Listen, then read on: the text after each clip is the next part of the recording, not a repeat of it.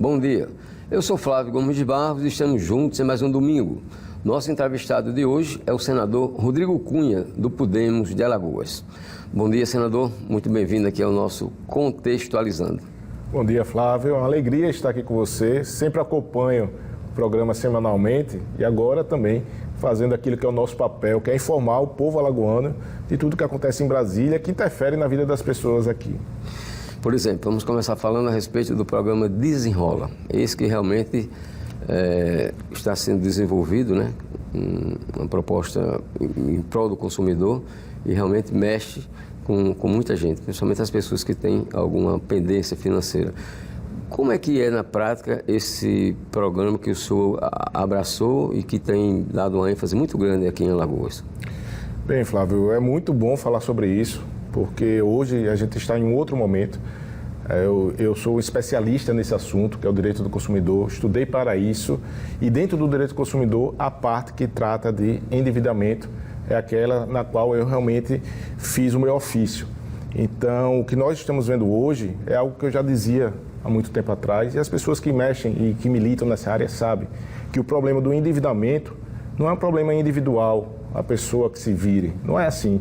É um problema hoje que é social, é coletivo, interfere na economia, interfere na vida em sociedade, interfere no relacionamento com as empresas, porque você está falando para 70 milhões de brasileiros, ou seja, é algo que tem sim que ser visto pelos gestores, pelo poder público, como sendo um problema a ser encarado e resolvido, porque as pessoas, quando elas estão endividadas, que não conseguem pagar as suas despesas com aquilo que já recebe, com as suas receitas, ela vai para o SPC, vai para o Serasa e acaba virando uma bola de neve na qual ela não consegue sair, porque os juros são altíssimos. Então aqui eu queria até dividir esse momento em duas situações. Primeiro, uma das nossas maiores conquistas, e é importante falar sobre isso, é que hoje já é diferente do que sempre foi no país, os juros do cartão de crédito. Os juros do cartão de crédito, que era o maior vilão desse endividamento, ele chegava a quase 500% ao ano.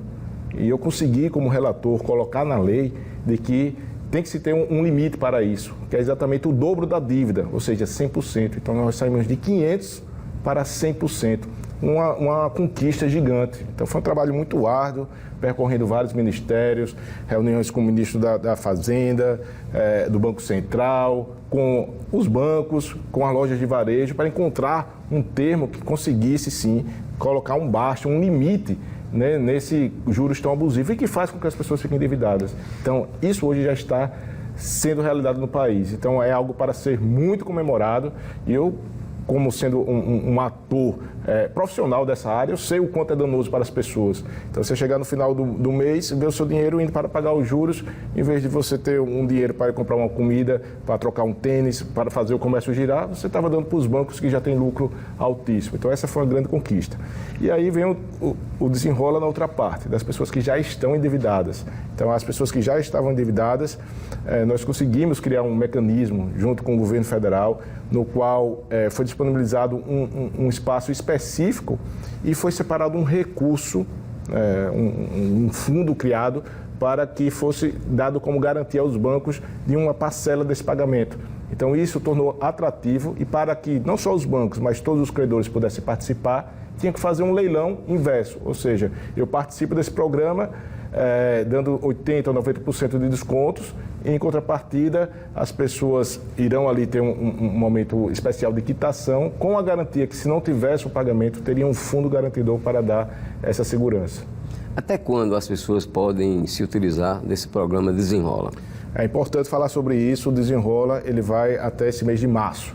Então, foi estendido, era até dezembro, mas foi um sucesso o programa e justificou realmente a implantação dele, porque trouxe resultados para a economia, trouxe resultados para as pessoas e para as empresas, ou seja, um momento perfeito. Porque de um lado nós tínhamos pessoas querendo pagar e do outro lado pessoas querendo receber, empresas querendo receber. Então, criamos esse mecanismo para conseguir descontos e, ao mesmo tempo, fazer com que aquela dívida, que dificilmente iria ser paga, porque quando se passa mais de 8 meses sem pagar uma dívida, nas estatísticas demonstram que dificilmente ela é paga. Então, para a empresa, restava ela ou ir na justiça ou então deixar o cidadão com 5 anos com o nome sujo. Então ela trocou tudo isso por um dinheiro no bolso também. Então foi um sucesso. Então vai até março. Nós tivemos também outros desdobramentos do Desenrola. Um deles foi especial para os estudantes, onde 2 milhões de pessoas, de alunos que fizeram o curso superior, tiveram um endividamento no FIES, criaram condições agora, alguns até de ter anistiada a sua dívida, outros de criar uma condição de pagamento para conseguir sair da faculdade e ir atrás do emprego na área em que ele estudou. Porque o que acontecia, Flávio? As pessoas pegavam o financiamento para ter acesso ao ensino superior, no entanto, quando terminava o curso, o emprego não estava esperando por ele. Aí ele ia trabalhar em um emprego inferior para conseguir pagar aquela mensalidade e aí acabava dificultando sair daquele emprego. Não ir atrás do emprego do que ela tem formação.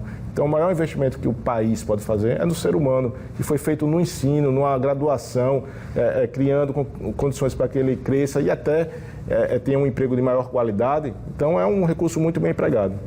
Uma outra iniciativa da sua parte foi a ampliação dos serviços oferecidos pela Delegacia da Mulher. Dá para detalhar, por favor?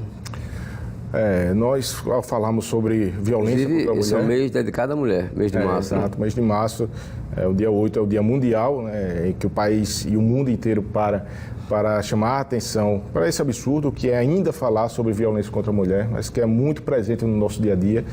E conversando com muitas vítimas de violência, com as entidades que tratam das mulheres vítimas de violência, e observando o que o setor público faz, não só em Alagoas, mas em todo o país, a gente viu, olhando para as estatísticas, que mais de 70% dos crimes acontecem à noite e nos finais de semana. No entanto, à noite e nos finais de semana, as delegacias estavam fechadas. E as mulheres, ou elas saíam de casa, ou elas ficavam em casa com seu agressor. Então, isso é um absurdo, ela se torna realmente refém dessa situação. E nós conseguimos aprovar uma lei importantíssima que faz com que as delegacias funcionem 24 horas, que é quando as mulheres mais precisam, à noite e nos finais de semana, e isso no país inteiro. Então, foi um sucesso, nós tivemos a felicidade de percorrer vários estados falando sobre a importância e foi escolhido pela bancada feminina da Câmara e do Senado Federal como sendo o projeto para ser aprovado no ano passado. Então, escolheram um, e foi esse. E foi um projeto de nossa autoria, justificado através das conversas com as pessoas que são vítimas de violência. E na prática, isso está funcionando? Aqui em Alagoas, infelizmente, nós só temos 2 delegacias, 2 municípios, Maceió e Arapiraca, com delegacia especializada. Em Maceió, sim, ele já está 24 horas, mas a de Arapiraca também tem que ser. E no nosso projeto também, nós criamos uma determinação para que se crie, por regiões, delegacias especializadas para proteger a mulher. Por exemplo, quem é vítima de violência em Delmiro Gouveia tem que andar 3, quase 4 horas para chegar em Arapiraca para fazer uma denúncia. Então, isso é um desestímulo. Então, nós temos sim que criar as delegacias regionalizadas e a lei ela determina isso, criando inclusive os instrumentos para isso, que é poder dar acesso ao Fundo Nacional de Segurança Pública, onde tem bastante recurso e que não tem projetos para fazer uso. Na sua opinião, o que é que o que é que causa a violência contra a mulher? Bem, eu reluto em dizer que é algo cultural, né? Porque não é da essência do ser humano. Então, a gente não tem que achar que isso é cultural, que sempre viveu assim e que isso vai demorar para mudar. Eu acredito que numa situação como essa tem que ter uma ruptura.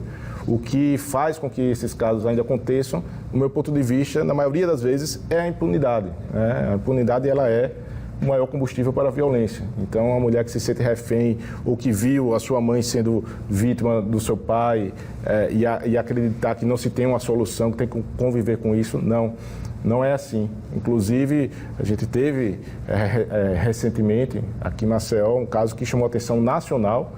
Existem vários feminicídios nas comunidades, a gente sabe disso, na periferia, na área nobre, sem dúvida nenhuma, mas um chamou a atenção que foi no dia do aniversário da Valquíria, completando 40 anos. Ela estava trabalhando, feliz com as amigas, ganhou o bolo de aniversário e o seu ex-companheiro foi até o shopping no domingo, super movimentado, e tirou a vida dela, de uma mãe de três filhos. Então, isso é um absurdo. A gente tem que realmente rechaçar essa situação, tem que falar, não pode banalizar pela sequência de fatos que se repetem, e sim dizer que tem que dar um basta, virar essa página, punir desde o primeiro momento. Então aqui vai um recado para as mulheres.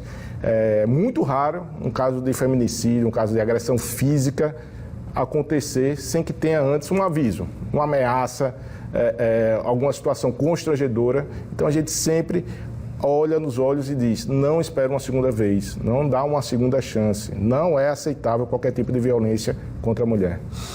Ok, vamos a um intervalo, a gente volta daqui a pouquinho nessa entrevista com o senador Rodrigo Cunha, do Podemos de Alagoas. Estamos de volta com o programa Contextualizando. Aqui comigo o senador Rodrigo Cunha, do Podemos de Alagoas. Ele que é vice-presidente do Senado e é também líder do Podemos no Senado Federal. Senador Rodrigo, vamos agora mais especificamente em relação à questão política. O senhor disputou outra eleição para governador contra o atual governador Paulo Dantas. No segundo turno chegou bem próximo, mas o governador foi reeleito, aliás, já que ele estava exercendo o mandato de governador. E eu lhe pergunto, que avaliação decorrida esse tempo, desde a posse e o início dessa nova gestão do governador Paulo Dantas, o senhor faz do governo Paulo Dantas? Bem, Flávio, eu avalio realmente como uma gestão desastrosa, né? A gente, quando olha para os números, quando conversa com as pessoas na rua, vê que está mal na educação, está mal na saúde, principalmente na saúde, que é o nosso principal problema, onde nós temos hoje os hospitais passando grandes dificuldades, as pessoas que precisam do serviço oncológico, que já estão numa fase delicada da sua vida, ver seu sofrimento, ficar ali mendigando um apoio e não consegue. Então, o que a gente já esperava aconteceu, né? Além disso, toda uma conta que está chegando, uma conta de uma campanha que foi feita de maneira indiscriminada com o uso de recursos do próprio governo, né, para se manter no governo. Então, inclusive, nós temos ações nesse sentido, não para ficar choramingando, não é isso, mas demonstrar, sim, que o que é errado não deve ser tolerado. Então, nós tivemos vários fatores aí que interferiram diretamente na eleição e o resultado é esse. É um governo, como falei, desastroso, que vive muito de publicidade, mas que não transforma o estado de Alagoas em um estado de desenvolvimento, que atraia realmente investimentos de fora, que faça com que as pessoas acreditem em dias melhores e sim uma linha muito forte de assistencialismo e de uma propaganda institucional. E o que dizer, senador, da gestão do presidente Luiz Inácio Lula da Silva? Bem, eu sempre falo isso, eu estou disposto, a minha vida ela é hoje voltada para fazer com que esse país vá para frente. Então nós temos aquela velha história, um piloto à frente do avião, você tem que torcer para que o avião vá bem. Então não torço por quanto pior melhor. Permaneço numa linha de independência, então tem projetos que eu voto a favor, tem projetos que eu voto contra, tem projetos que eu busco a parceria, que eu vou a fundo, como é o caso do Desenrola, então que teve sim que ter uma interação com o governo federal, mas tem situações em que a gente está do lado contrário. Então, o que me permite hoje dizer que eu me sinto muito bem onde eu estou hoje, no Podemos, que é um partido que dá essa independência, que não tem um carimbo se é contra ou a favor, mas sim um carimbo de que luta por democracia, por transparência, por desenvolvimento, por aquilo que é certo. Então, eu acho que, principalmente aqui em Alagoas, a gente deve ter esse sentimento, né, de torcer para que o país vá bem, que a economia vá bem e que quem errou, que tenha consequências. Então, não tenho motivos algum para fazer com que o país seja punido pelo seu governante. Então a gente tem que estar ali fiscalizando e assim vai ser sempre, acompanhando sim, se os recursos são bem aplicados, se tiver alguma irregularidade, cobrar e ter essa autonomia dentro de um mandato de senador, que é muito difícil você não estar ali para balançar a cabeça ou então para ser contra, mesmo muitas vezes sem ter razão. Então a gente é a favor daquilo que é bom para o país e é contra aquilo que vai prejudicar as pessoas. O senhor é um dos principais apoiadores da gestão do prefeito João Henrique Caldas, aqui de Maceió. E a essa altura, ele é candidato à reeleição, aparece como favorito, e se fala muito na possibilidade de o senhor ser candidato a vice-prefeito na chapa, agora em outubro, a eleição vai ser disputada pelo prefeito JHC. Existe essa possibilidade ou o senhor realmente pretende ser candidato à reeleição em 2026?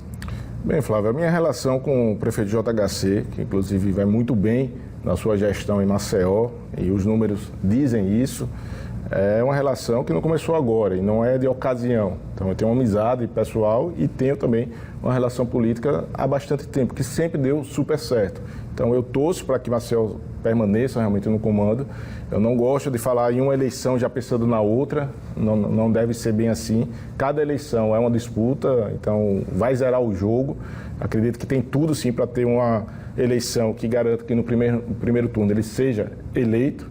E do outro lado nós temos adversários, né, que tentam criar factóides, criar situações para gerar qualquer tipo de disputa. Então a minha relação ela vai muito mais de um compromisso de chapa política. Então a minha presença em Brasília hoje fortalece muito a atuação do prefeito aqui em Maceió. Os principais programas sociais do prefeito JHC têm a nossa participação, como o Saúde da Gente, que é o maior programa itinerante do país, que leva saúde para todas as regiões de Maceió.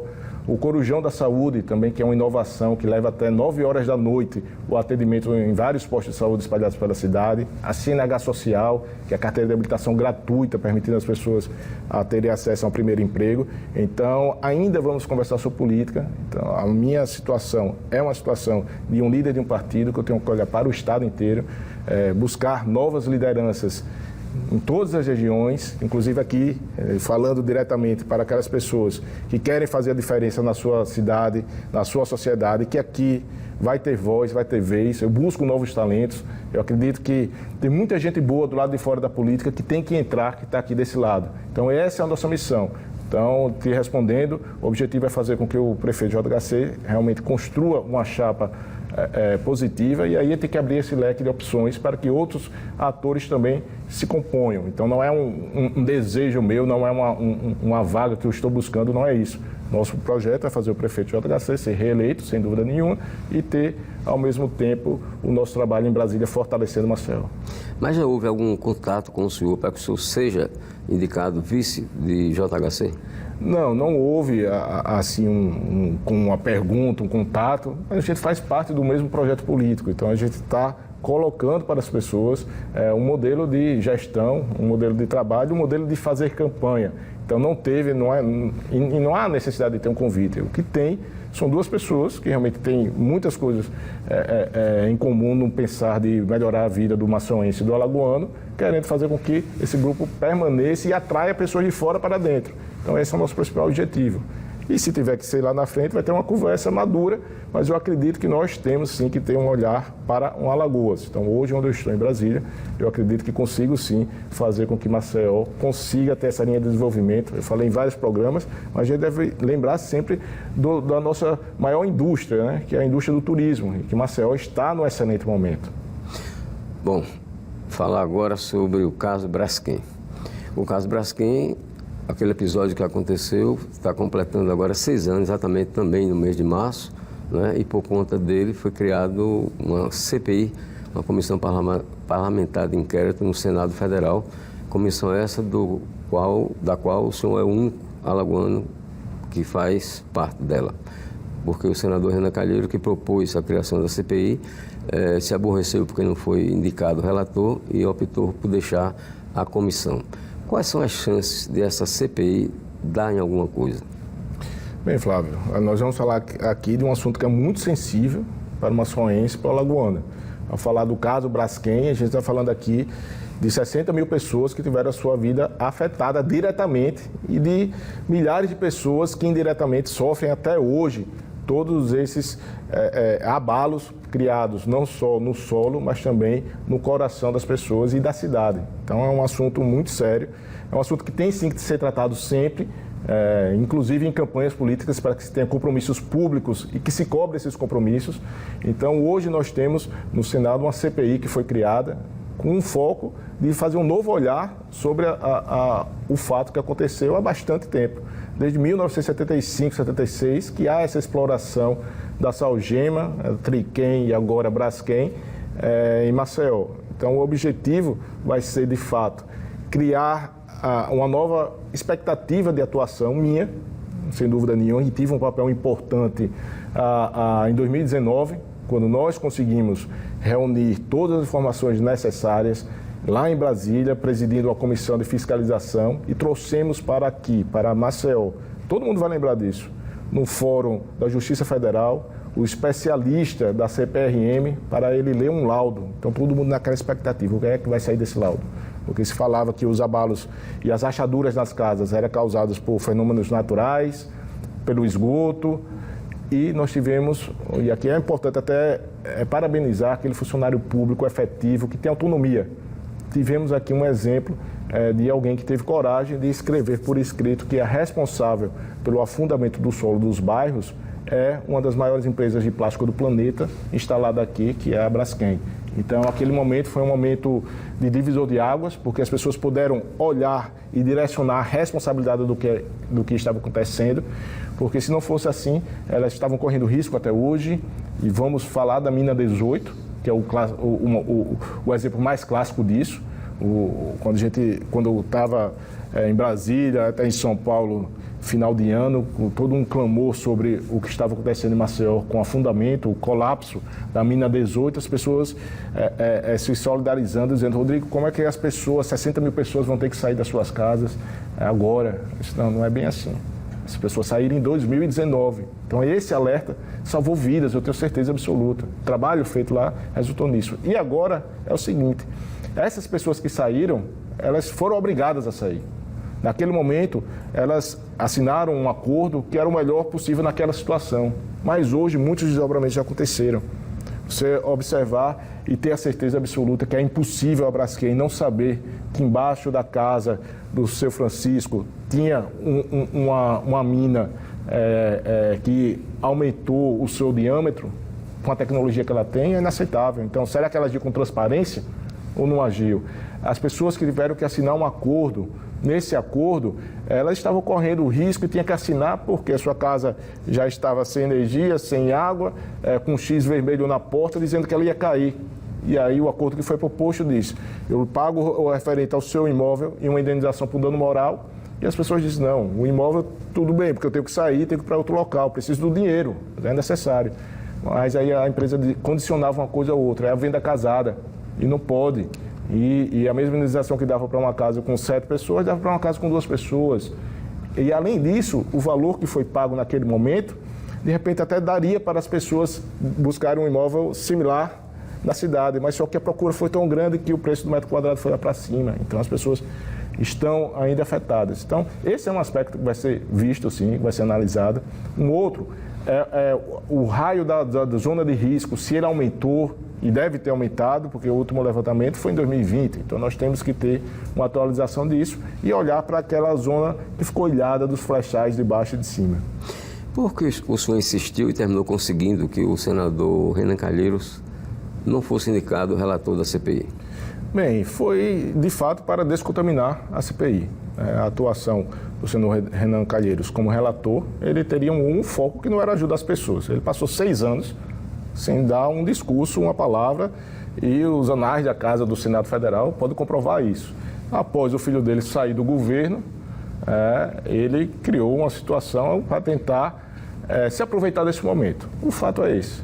Inclusive com pesquisas diárias, com trackings, avaliando como as pessoas estavam achando que estava sendo tratado esse assunto da Braskem. Lógico que estava no momento da mina 18 no ápice e viu que essa curva estava caindo e passou a perder o interesse. Com certeza, essa é a interpretação que eu faço, que não ia ter mais um uso político daquela ferramenta, então não interessa estar ali dentro, quando deveria estar ali dentro para buscar ajudar as pessoas. Então, foi um atestado realmente de que a função ali era ter cunho unicamente político regional, né? E não um cunho de buscar ajudar as pessoas. Porque não fez isso durante os 6 anos e não é agora que ele descobriu o que estava acontecendo com a Braskem, porque ele já foi presidente do Conselho da Salgema, que é a Braskem, e também pai do governador, que durante 8 anos deu as licenças para a exploração da Salgema aqui em Alagoas.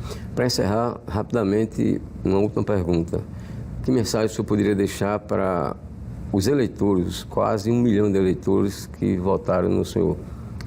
Bem, a mensagem é aquela, né, que o Rodrigo Cunha é o de sempre. Sabe? Aquela pessoa que tem compromisso com o que é certo, que não tem rabo preso, que está disposto a ajudar o alagoano aumentar sua autoestima, que é isso que a gente precisa. A gente vive num lugar lindo, mas que tem poucas pessoas que fazem um mal muito grande.